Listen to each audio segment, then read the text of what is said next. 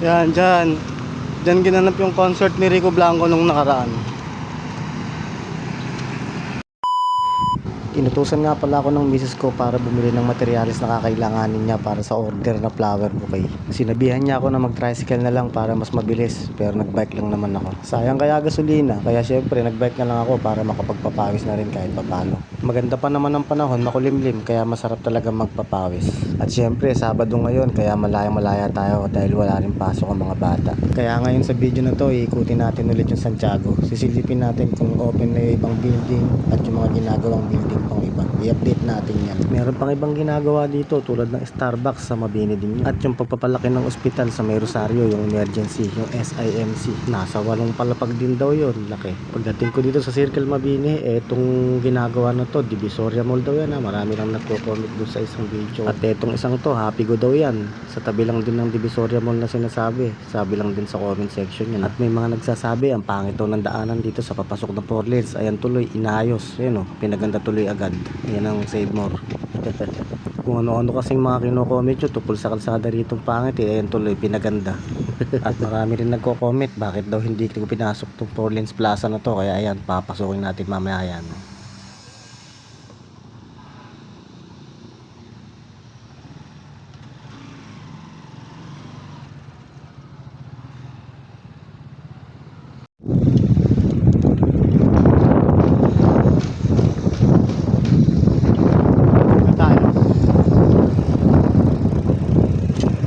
Ayan o, 4 lanes plaza. Luwang dito. Ito yung likod. Ay, ito tindahan ng ano, tindahan ng mga ano, isda, ganun, karne.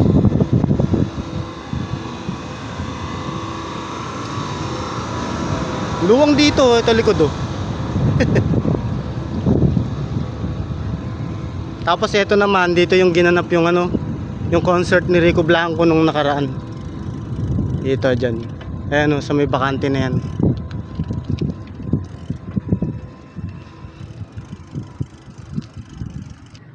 Ayan dito ginanap yung concert ni Rico Blanco. Luwang din.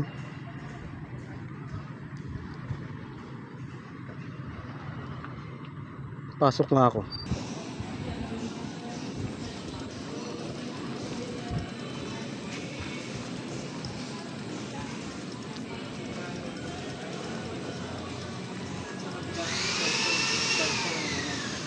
Ganda dito. Ito.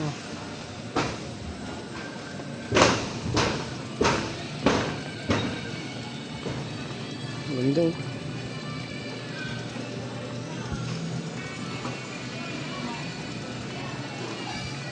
Tahimik ka.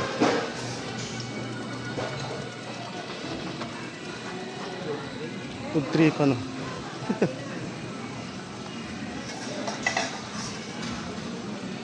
Ayun yung palabas, may mga kumikending. Ito pa kabila.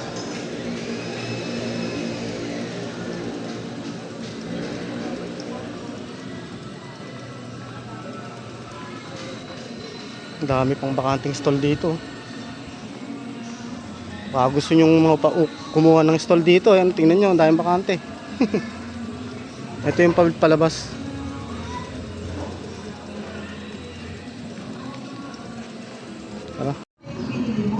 Ito naman yung sa may kabila. Ayun, ang dami oh. Ongoing pa itong mga ito. Para mayitain. Okay. Check out na. Maga lang ba?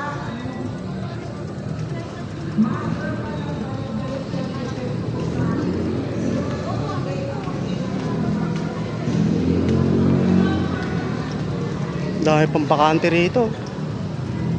Ganda rito, lamig.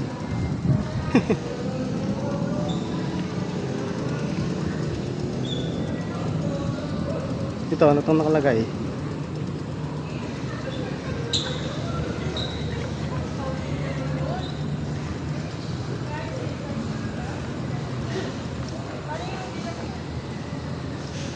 Luwang. Ayun yung mga kamikending-kending. Ayun, doon sila nagsasayaw. Yan, dyan. Diyan ginanap yung concert ni Rico Blanco nung nakaraan. Labas na nga ako. Pagkatapos kong dumaan sa Foreign Plaza, eto nagbuko na ako sa may Baluarte. Sarap ng buko rito, walang itong bukuhan na to. Pagkatapos nun, para pagpawisan ng malala, pumanik na ako sa shrine. Eto na ang Daryok Shrine. Eto yung makikita nyo sa taas. Lagi ko rin itong binibideo, paborito ko kasi lugar na to. Maganda rin talaga kasi dito, napakapayapa ng lugar at sobrang sagrado. Puro phone kasi nandito eh.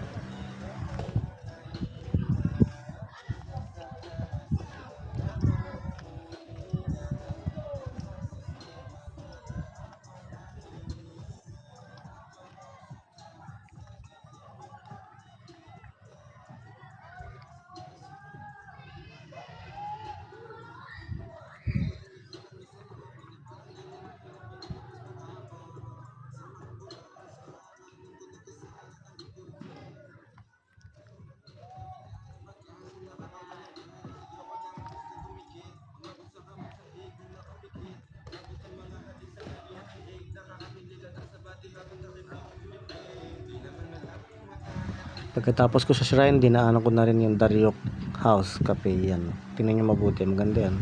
Inaantabayanan ko rin talaga mag-open tong Daryok House Cafe na to eh. Matagal-tagal na rin simula nung ginagawa to. At isa pa, ang daming tao dito ngayon sa may Daryok. Kadalasan eh, mga nandito ngayon, mga taga Caloocan. Ang daming tao, may mga pangalan yung damit nila eh, Caloocan. Ayan sila oh.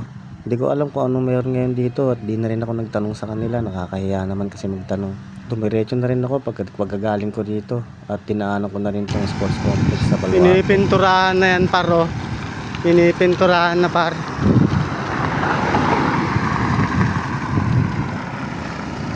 Ayun o. Ayun yung mga nagpipintura na sa tuktok o.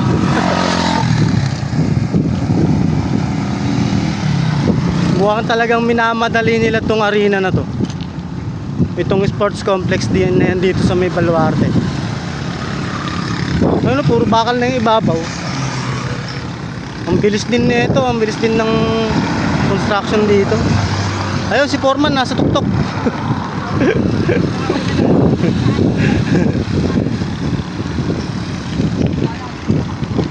Tapos sa harap niyan, maraming kainan. Ayan o.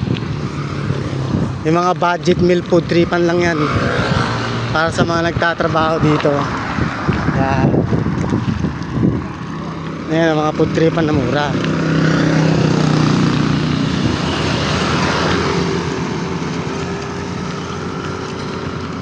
Laki oh.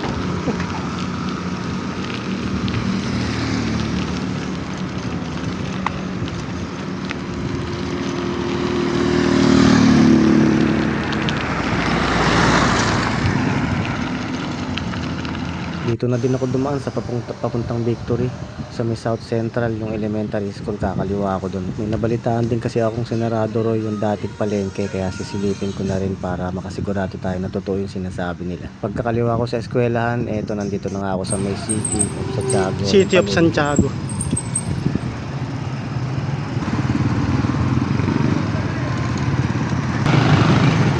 Sarado na yung palengke.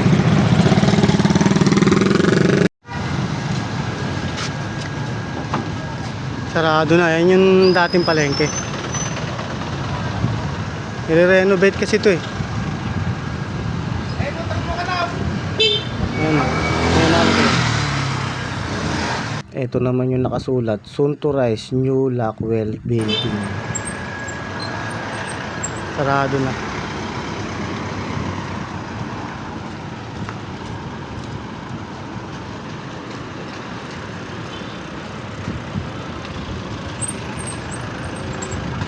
Ito, open pa dito. Pero alam mo, tatanggalin din tong mga to eh. May nakapagsabi lang ha.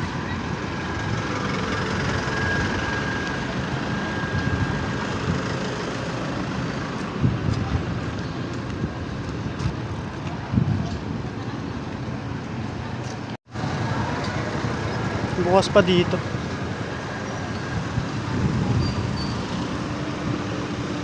Bukas pa rito, banda rito. Unti-unti lang siguro. Yung kabila lang yung sarado pa pala. At nakarating na nga ako ng Georgie Flower Trading. Ito kasi sinabi ni Georgie's Commander na Flower dito daw ako bumili ng bulaklak kasi suki daw niya yan. At ayan si Idol, ididikit daw muna sa sanga yung mga bulaklak na yan, para mas maayos. Para hindi na rin idikit ng misis ko, para siya na lang gumawa din. At ito na yung bulaklak na inutos niya sa akin. Ito yung gagamitin niya para sa flower bouquet na ino-order sa kanya. Kung gusto niyo magpagawa ng flower bouquet, ilalagay ko na lang yung details sa comment section para kayo na lang ang mag-message. Flower for you.